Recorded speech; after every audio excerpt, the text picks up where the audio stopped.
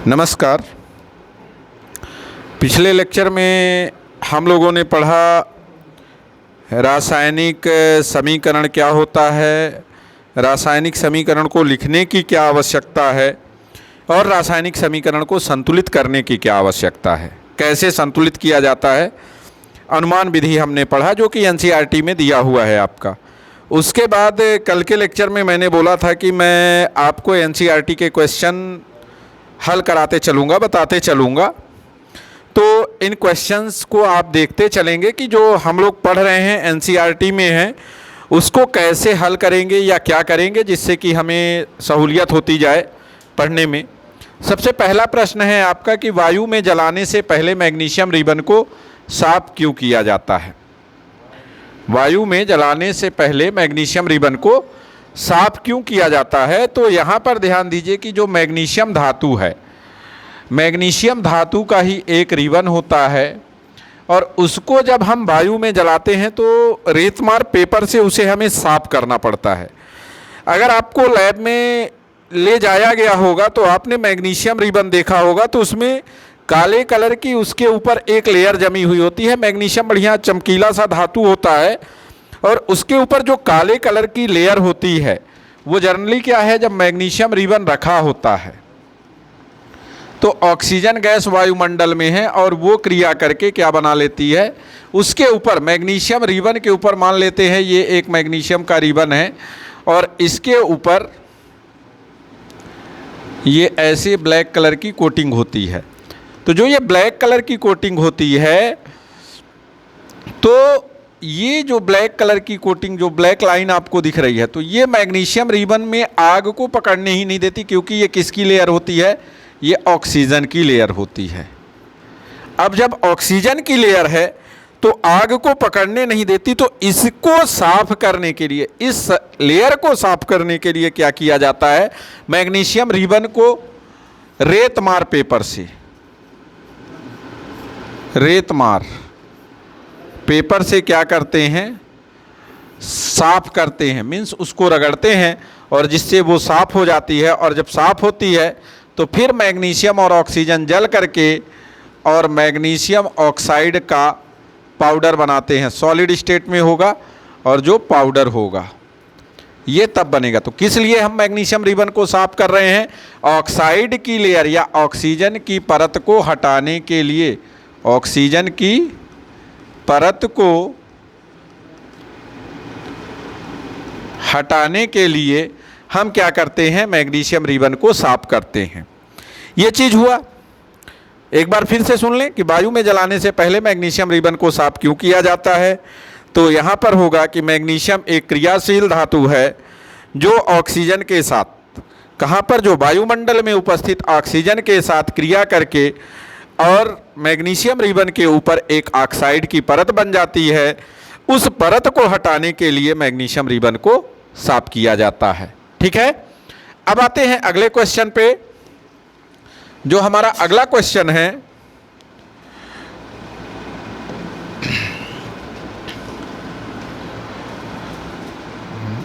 ये क्या आ गया, ये क्या आ गया,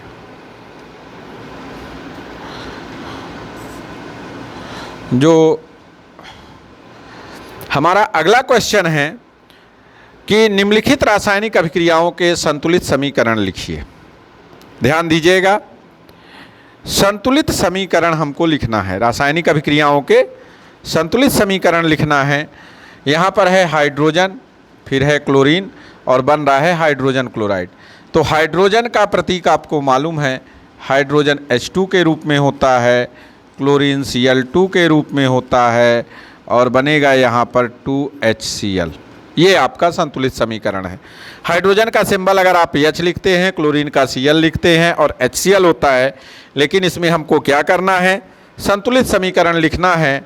तो हाइड्रोजन H2 होता है, क्लोरीन Cl2 होता है और बनने वाला जो पदार्थ होता है हाइड्रोजन क्लोराइड वो 2HCl होता है। फिर है बेरियम क्लोराइड, ध्यान देंगे, barium, barium Ba, Cl2, aluminium sulphate, Al2, SO4 का होल थ्राइस, बनेगा क्या, BaSO4 और AlCl3 एल्युमिनियम क्लोराइड। अब यहाँ पर देखें कि बेरियम 1 है लेकिन उत्पाद की तरफ भी बेरियम 1 है। सल्फेट यहाँ पर 3 है इसलिए हमें बेरियम को 3 करना पड़ेगा। यहाँ पर भी बेरियम को 3 करेंगे क्योंकि सबसे ज़्यादा हमारे पास सल्फेट ही था और यहाँ पर हमारे पास हो जाएगा 2AlCl3। अब तत्वों को देखते हैं। बेरियम 3 है, क्लोरीन 6 है, एल्युमिनियम 2 है, सल्फेट 3 है।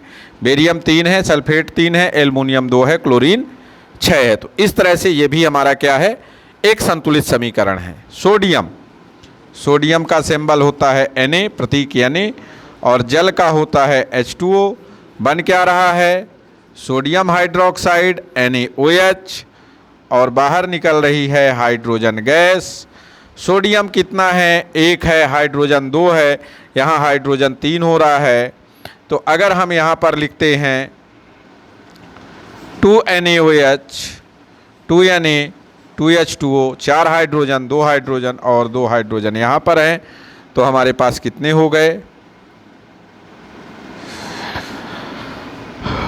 4 हाइड्रोजन हो गए, 2NaOH प्लस H2। निम्नलिखित अभिक्रियाओं को उनकी अवस्था के संकेतों के साथ संतुलित अवस्था में, फिर से एक बार देखें कि यहाँ पर केवल बोला गया है कि हमें संतुलित समीकरण लिखना है, और अगले क्वेश्चन में बोल रहा है कि अभिक्रियाओं के लिए उनकी अवस्था के संकेतों के साथ संतुलित रासायनिक समीकरण लिखिए। मीन्स अभिक्रिया को तो आपको लिखना है, उस अभिक्रिया में अभिकारक और उत्पाद किस अवस्था में है उसको आपको लिखना है, और साथ में संतुलित रासायनिक समीकरण लिखना है। मीन्स बराबर मात्रा में अभिकारक और उत्पाद की जो तत्व हैं वो बराबर मात्रा में उपस्थित होने चाहिए। अगर वो बराबर मात्रा में उपस्थित नहीं हो रहे हैं तो आपकी रासायनिक अभिक्रिया जो है या रासायनिक समीकरण है वो संतुलित नहीं कहा जाएगा। अब जैसे दिया हुआ है आपका, जल में बेरियम क्लोराइड तथा सोडियम सल्फेट के विलयन अभिक्रिया करके सोडियम क्लोराइड का विलयन तथा अघुलनशील बेरियम सल्फेट का अवक्षेप बनाते हैं। अवक्षेप का मतलब क्या होता है? अवक्षेप का मतलब होता है कि जब दो कोई ऐसे विलयन हम मिलाएं जो द्रव अवस्था में हो, और द्रव अवस्था में होने के बाद एक ऐसा ठोस अवस्था का पदार्थ बने जो उस द्रव में विलय ना हो, अविलेय हो, उसे क्या कहा जाता है? अवक्षेप कहा जाता है या प्रेसिपिटेट कहा जाता है। जो सॉल्यूशन में डिसॉल्व ना हो, नीचे जा करके बैठ जाए, तो उस चीज का। तो जल में बेरियम क्लोराइड मीन्स पहला आपका जो मिल रहा है बेरियम क्लोराइड है, तो यहाँ पर देखते हैं BaCl2 किस में है? जल में है, इसलिए इसको क्या बोलेंगे? एक्वस बोलेंगे, या यहाँ पर हम जलीय लिखेंगे। फिर सोडियम सल्फेट Na2SO4, ये भी जलीय है, जिसे कि क्या बोलते हैं? एक्वस बोलते हैं। क्या बना रहे हैं? अभिक्रिया करके सोडियम क्लोराइड का विलयन, सोडियम क्लोराइड NaCl 2 मोल एक्वस, और इसके बाद बेरियम सल्फेट का अवक्षेप बनाते हैं। BaSO4 का क्या बनाते हैं? अवक्षेप बनाते हैं। यहाँ पर हम ये लिख रहे हैं अवक्षेप। अवक्षेप में आपको ये ध्यान देना होगा कि मैंने जो एरो बनाया है या तीर बनाया है, उस तीर को नीचे की तरफ बनाया है। मीन्स ये पदार्थ क्या हो रहा है, जहाँ अभिक्रिया हो रही है उसमें जा कर के नीचे बैठ जा रहे हैं, नीचे बैठ जा रहे हैं, भाग नहीं रहे हैं। हम घुलेंगे नहीं, ये बोल देते हैं कि हम घुलेंगे नहीं, आप कितना भी प्रयत्न कीजिए।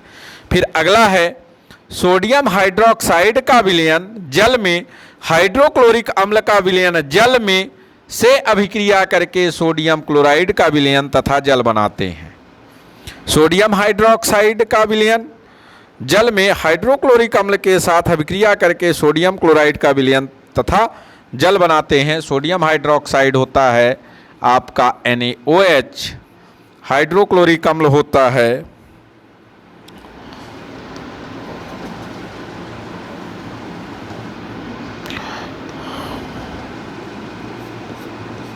HCl आपका बनेगा NaCl प्लस H2O। ये भी जलीय है माने एक्वस है, ये भी जलीय है माने एक्वस है, ये भी जलीय है एक्वस है, और ये तो लिक्विड ही है, जल है, बट क्या है कि साथ में सोडियम क्लोराइड है, इसलिए इसको भी हम एक्वस लिख सकते हैं या लिक्विड लिख सकते हैं द्रव अवस्था में। तो sodium hydroxide, hydrochloric acid, sodium chloride and पानी, ये चीज़ें बनी और इस तरह से ये आपके रासायनिक अभिक्रिया के संतुलित समीकरण उनकी संकेतों के साथ हुए। ठीक है, तो ये पहला आपका क्वेश्चन था जो इस टॉपिक में था। इसके बाद अब हम चलते हैं आगे जो चीज़ें हैं रासायनिक अभिक्रिया के प्रकार, रासायनिक अभिक्रिया के प्रकार में चलेंगे और उसके लिए कि रासायनिक अभिक्रिया कितनी प्रकार की होती हैं। कोई भी जो रासायनिक अभिक्रिया होती है वो कितने प्रकार की होती है, तो क्रियाओं के आधार पर रासायनिक अभिक्रिया को बांटा गया। पहला है संयोजन अभिक्रिया, संयोजन,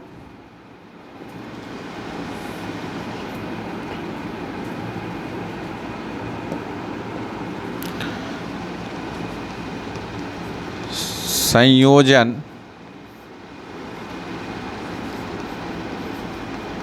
अभिक्रिया। दूसरा है वियोजन अभिक्रिया,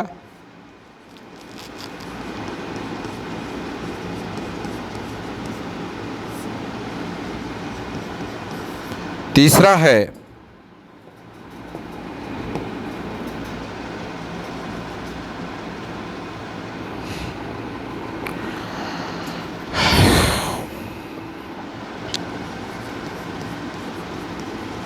विस्थापन अभिक्रिया,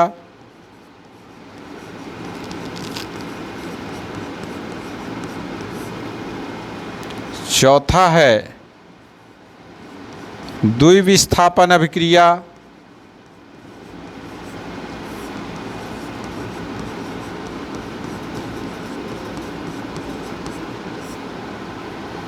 पांचवा है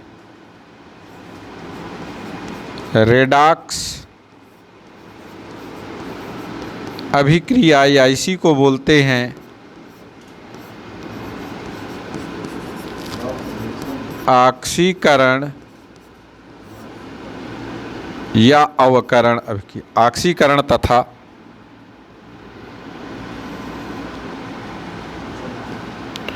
ऑक्सीकरण तथा अवकरण अभिक्रिया।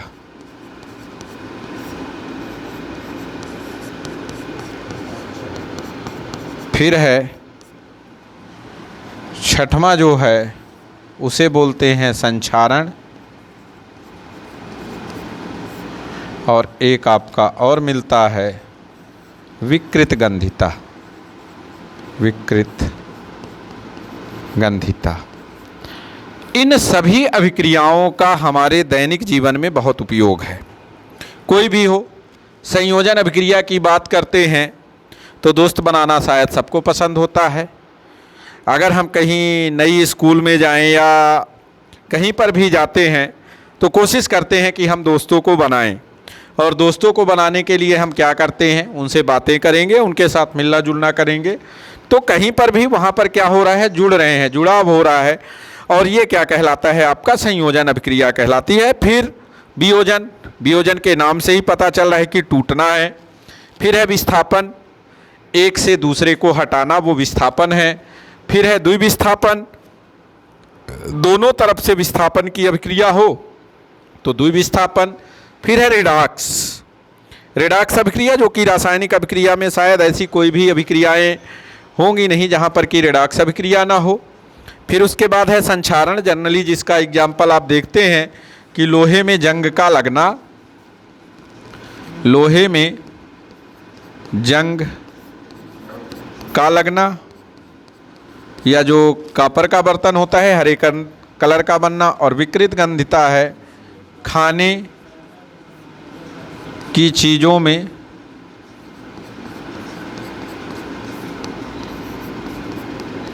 गंध का आना। अब इन्हीं चीज़ों को अपने को पढ़ना है।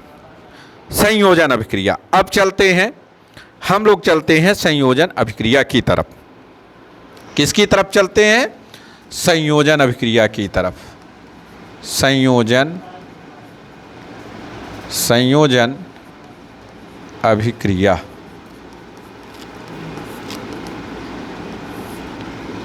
जब दो या दो से अधिक तत्व, दो या दो से अधिक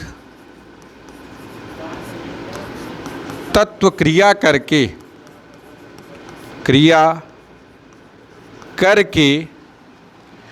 एकल उत्पाद का निर्माण करते हैं। एकल उत्पाद का निर्माण करते हैं, तब इस अभिक्रिया को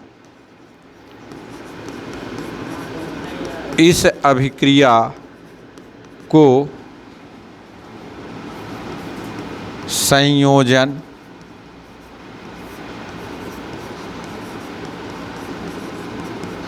अभिक्रिया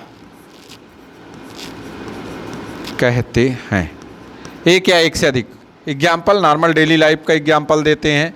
आप चाय बनाते हैं तो चाय में आप क्या क्या मिलाते हैं? पानी, शक्कर, दूध, चाय पत्ती, इन सब को मिलाने के बाद अदरक वदरक भी आप मिलाते हैं और आपको आखिरी में क्या आप मिलती है? चाय मिलती है। तो यहाँ पर कितने अभिकारक हो गए? ये पूरी चीज़ें हैं। हो सकता है किसी को लाल चाय पीने की आदत है तो वो दूध उसमें नहीं मिलाएगा, लेकिन शक्कर, चाय पत्ती और पानी तो मिलाएगा। लेकिन उन सबको मिलाने के बाद हमको जो एक प्रोडक्ट मिल रहा है वो आपकी चाय है। खीर बनाना है आपको तो आपने चावल लिया, चावल को पानी में भिगोया, दूध लिया, दूध को अच्छे से पकाया, चावल डाल दिया और शक्कर डाल दिया, आपकी खीर बन गई। इसी तरह से रासायनिक अभिक्रियाएं हैं जिसमें दो या दो से अधिक प्रकार के तत्व आपस में क्रिया करके और एकल उत्पाद का मतलब है एक ही तरह के उत्पाद का निर्माण करते हैं। तो जब एक ही तरह के उत्पाद का निर्माण करते हैं तो एग्जाम्पल देखते हैं। दूसरा एग्जाम्पल हम लेते हैं, कैल्शियम ऑक्साइड है और कार्बन डाइऑक्साइड है। एक ठोस है, दूसरा गैस है, और यहाँ पर जो निर्माण हो रहा है वो हो रहा है कैल्शियम कार्बोनेट का, CaCO3। ये भी सॉलिड है।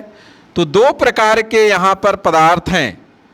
ये दोनों क्या हैं? हमारे अभिकारक हैं और ये क्या है? उत्पाद है। तो दो प्रकार के पदार्थ आपस में क्रिया करके एकल उत्पाद का निर्माण कर रहे हैं, इसलिए ये क्या है? संयोजन अभिक्रिया है। और देखते हैं, कैल्शियम ऑक्साइड को पानी में घोल दो, चूने के पत्थर को पानी में घोल दो तो क्या बन जाता है? बोल दोगे कि सर कैल्शियम हाइड्रोक्साइड बन जाता है। तो यहाँ पर भी क्या हो रहा है? कैल्शियम ऑक्साइड पानी के साथ क्रिया कर रहा है और एकल उत्पाद बन रहा है। तो दो हैं यहाँ पर। अभिकारक कितने हैं अपने पास? अभिकारक दो हैं। अभिकारक कितने हैं? अभिकारक दो हैं। अभिकारक दो हैं और उत्पाद कितना है? उत्पाद एक है। तो ये भी कौन सी अभिक्रिया है? तो ये दोनों हमारी कौन सी अभिक्रिया है? संयोजन अभिक्रिया है। तीसरा एग्जाम्पल लेते हैं, नाइट्रोजन गैस और क्रिया कर ले हाइड्रोजन गैस और बन जाए अमोनिया, अमोनिया गैस। तो ये भी क्या है? दो अभिकारक हैं, उत्पाद एक है, तो संयोजन अभिक्रिया है। अब यहाँ पर मैंने कुछ चीज़ें बनाई हैं। एक देख, कुछ चीज़ें बनाई हैं तो उन तीरों को आप ध्यान देंगे। ये तीर जो है ये अभिक्रिया की दिशा बताता है।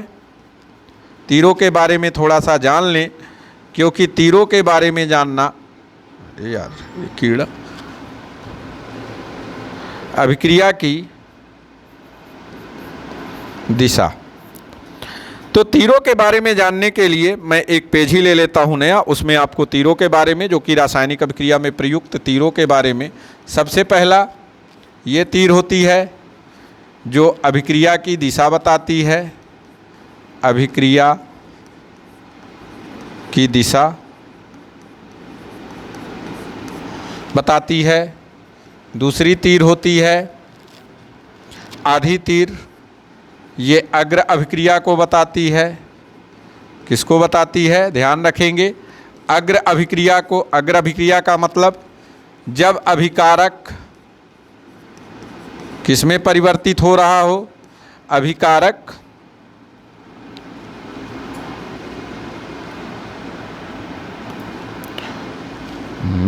ये क्या हो रहा है, अभिकारक उत्पाद में परिवर्तित हो रहा हो,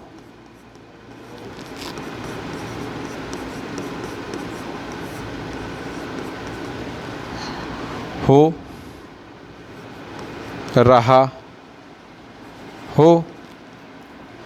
फिर तीसरी इसी की एक उल्टी होती है, ये पश्चाभिक्रिया।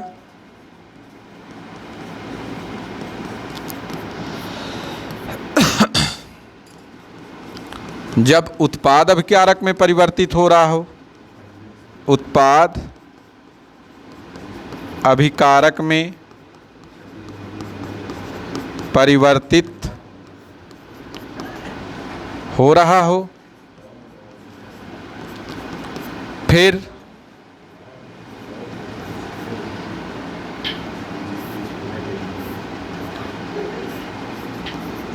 ये साम्यावस्था को दर्शाता है। साम्यावस्था माने जब अभिकारक एवं उत्पाद की सांद्रता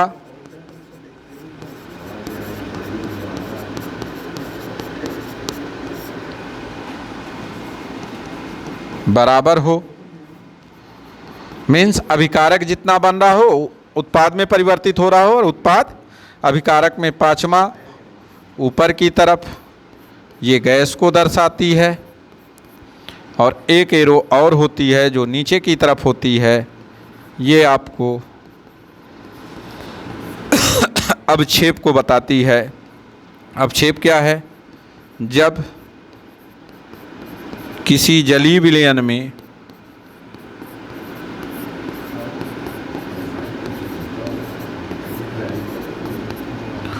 ठोस पदार्थ बनता है जो विलयन में नहीं घुलता, विलयन में नहीं घुलता है, अवक्षेप कहलाता है। क्या कहलाता है, अवक्षेप कहलाता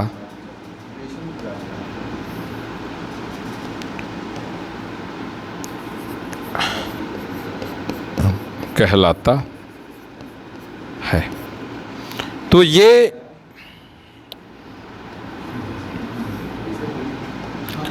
आपके तीरों के बारे में हो गया। ठीक है, तो पहली है अग्र, जिसमें क्या है, अभिक्रिया की दिशा को बताएगी। दूसरी बात में आधी एरो है जो अग्र अभिक्रिया को बताती है। उसके बाद है ऐसी एरो जो कि पश्चाभिक्रिया को बताती है। उसके बाद दोनों डायरेक्शन की अभिक्रिया है जिसे कि साम्यावस्था या रिवर्सिबल प्रोसेस कहते हैं, माने परिवर्ती अभिक्रिया, जिसमें अभिकारक उत्पाद में और उत्पाद अभिकारक में परिवर्तित हो जाता है। फिर एक ऊपर की तरफ एरो बनी हुई है जिसमें गैस, किसी भी अभिक्रिया में गैस बाहर निकल रही हो उसको दर्शाया जाता है। और दूसरी जो लास्ट की एरो है उसमें एरो का डायरेक्शन नीचे की तरफ है। नीचे की तरफ अगर कहीं पर कोई अभिक्रिया लिखी हुई है और उसमें नीचे का डायरेक्शन दिया हुआ है तो वहाँ पर क्या कहलाएगा, वो आपका अवक्षेप कहलाएगा। अब आते हैं दूसरी तरह की अभिक्रिया जो कि आपकी है वियोजन अभिक्रिया। ये बहुत इंपॉर्टेंट अभिक्रिया है, वियोजन अभिक्रिया। वियोजन का मतलब है तोड़ना या टूटना। कष्ट वाला वियोजन नहीं समझ लीजिएगा कि दुख वाला वियोजन समझ लें कि दुखी हो गए और वियोजित हो गए। तो जब वह अभिक्रिया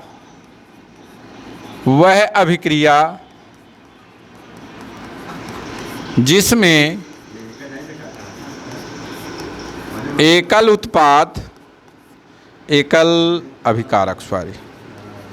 एकल अभिकारक टूटकर दो या दो से अधिक उत्पाद बनाते हैं तब उसे वियोजन अभिक्रिया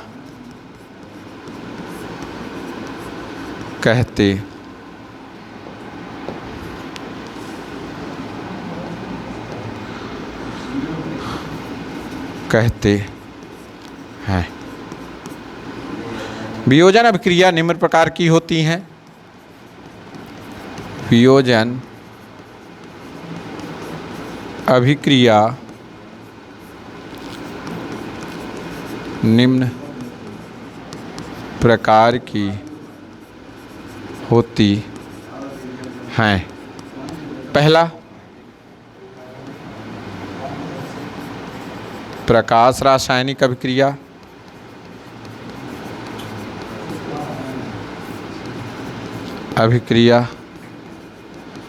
फोटोलाइसिस, जिसे हम क्या बोलते हैं? फोटोलाइसिस बोलते हैं। दूसरी, तापीय अभिघटन या तापीय रासायनिक अभिक्रिया।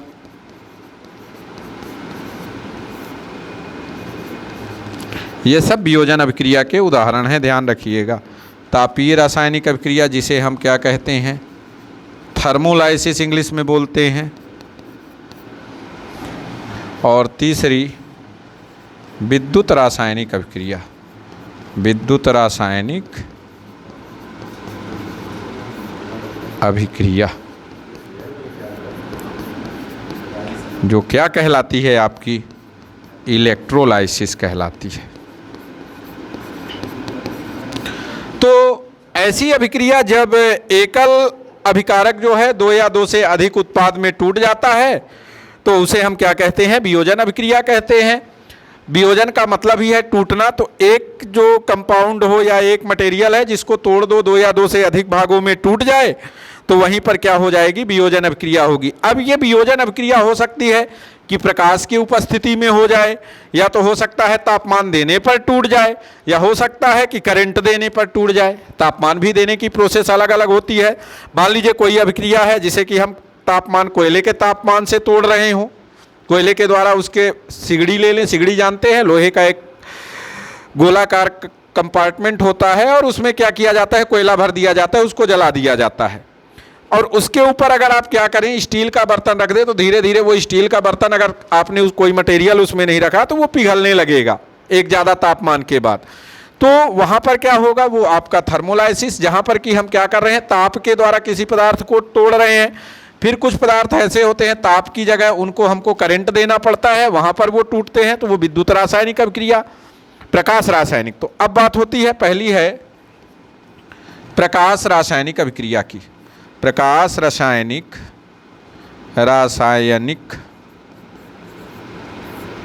अभिक्रिया,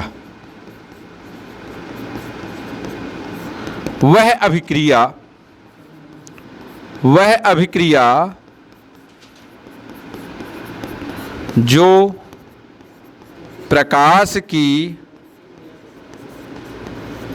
उपस्थिति में होती है। ठीक है, मान लेते हैं, उदाहरण लेते हैं, सिल्वर क्लोराइड का टूटना, AgCl का विघटन।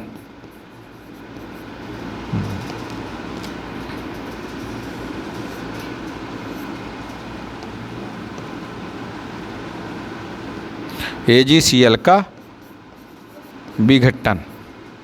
तोड़ते हैं 2AgCl, और अगर इस के यहाँ पर लिख दिया गया सूर्य का प्रकाश,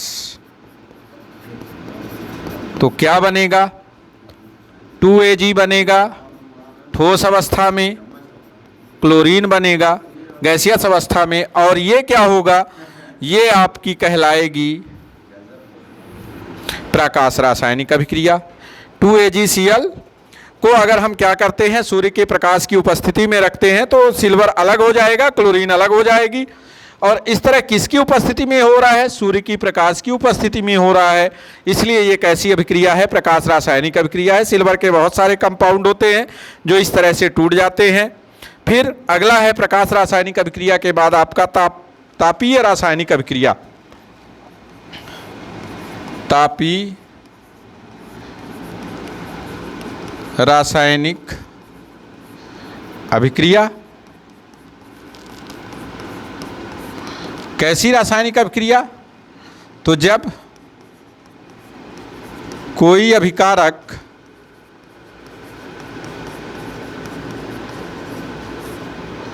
ऊष्मा को ग्रहण करके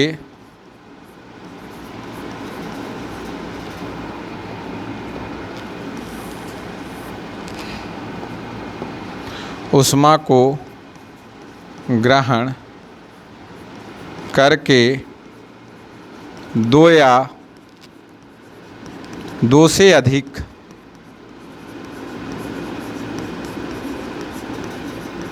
उत्पाद में टूटते हैं, उत्पाद में टूटते हैं, तब इस अभिक्रिया को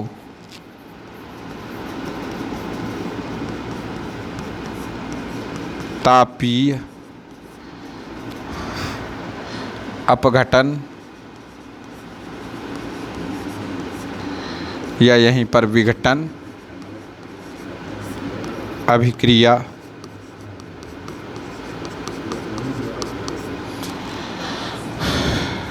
कहते हैं।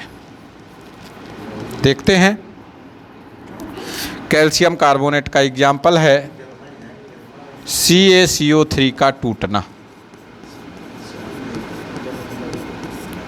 कैल्शियम कार्बोनेट हमने ऊष्मा दिया, तापमान दिया, इसे हीट किया, ताप दिया 150 से 200 डिग्री सेल्सियस। कितना दिया तापमान? 150 से 200। अरे यार ये क्या हो रहा है? 200 डिग्री सेल्सियस इतने का तापमान दिया तो ये टूट जाता है कैल्शियम ऑक्साइड और कार्बन डाइऑक्साइड में। ये सॉलिड होता है, ठोस होता है, और ये गैस होती है। तो इसको हमने जैसे ही ऊष्मा दिया तो ये क्या हो गया? टूट गया कैल्शियम ऑक्साइड, कार्बन डाइऑक्साइड। इसी तरह से मैग्नीशियम कार्बोनेट टूटता है MgCO3। इसको भी आपने ताप दिया समथिंग वही 150 से 200 degree Celsius to 50 degree Celsius, तो ये टूटता है MgO सॉलिड में और CO2 गैस में। तो ये क्या है? हमने ताप दिया तब ये टूट रहे हैं, तो ये तापीय रासायनिक अभिक्रिया हो गया। अब ये बोल दें कि नहीं NaCl को भी हमने, क्या यार ये क्या हो रहा है? NaCl को ताप दे दें तो टूट जाए, तो ये ऐसा नहीं होगा। कितना भी टेम्परेचर दोगे NaCl नहीं टूटेगा। तो ये चीज़ें हो गई। अब देखते हैं तो NaCl टूटेगा कैसे। इस चीज़ की बात अगर की जाए तो तीसरी जो रासायनिक अभिक्रिया है वो है विद्युत अपघटन। विद्युत अपघटन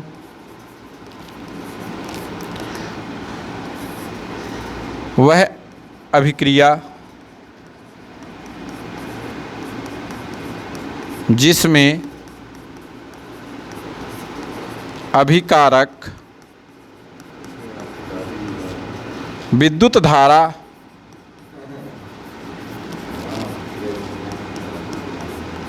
के द्वारा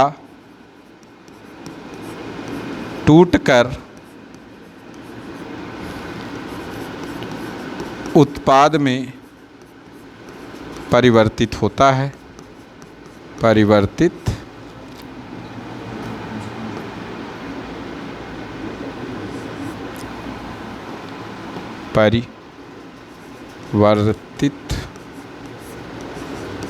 होता है। तो अब देखते हैं, मान लेते हैं NaCl का ही हमें विघटन करना है, तो 2NaCl, और यहाँ पर हमने क्या किया, इलेक्ट्रिसिटी प्रवाहित की, इलेक्ट्रिसिटी करंट या विद्युत धारा, तो ये बनेगा 2Na और Cl2 गैस में होगा, 2Na सॉलिड में होगा। वाटर का ले ले H2O, इसको अगर तोड़ना है, इसको भी हमने क्या दिया, विद्युत धारा दिया, जिसे इलेक्ट्रिसिटी बोलते हैं, या यहाँ लिख सकते हो आप विद्युत धारा। तो क्या बनेगा, 2H2 गैस बनेगा और O2 गैस बनेगी।